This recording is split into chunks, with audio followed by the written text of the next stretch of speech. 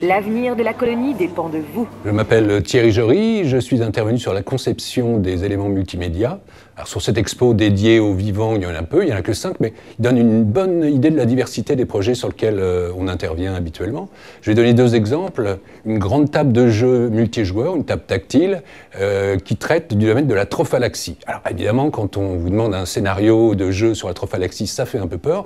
Et en fait, la trophalaxie, c'est le mode de transmission de la nourriture entre fourmis. Et c'est là où la scénarisation multimédia devient passionnante, parce que c'est une façon de transmettre de façon ludique des informations pour le grand public, y compris les plus jeunes, sur des sujets parfois compliqués, comme ce mode comportemental des fourmis, qu'il aurait été difficile d'expliquer par d'autres moyens.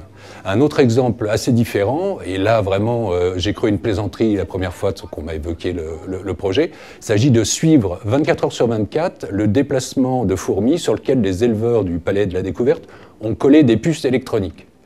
Alors évidemment, ça surprend, mais c'est effectivement des puces RFID qui sont collées sur le dos de fourmis assez grandes, qu'on suit 24 heures sur 24, et pour les visiteurs, il y a donc un poste de consultation à côté de la fourmilière qui leur permet de sélectionner des fourmis et de regarder leur déplacement sur la période de leur choix.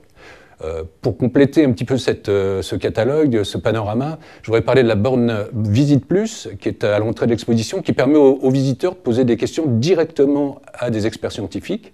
Ils reçoivent les réponses sur leur mail, et ces mêmes questions-réponses sont diffusées sur le site internet. C'est une approche qu'on appelle transmédia. Enfin, pour continuer dans cette approche transmédia, il faut évoquer l'application mobile qu'on est en train de réaliser, qui sera disponible au printemps, au moment du réveil des fourmis en France.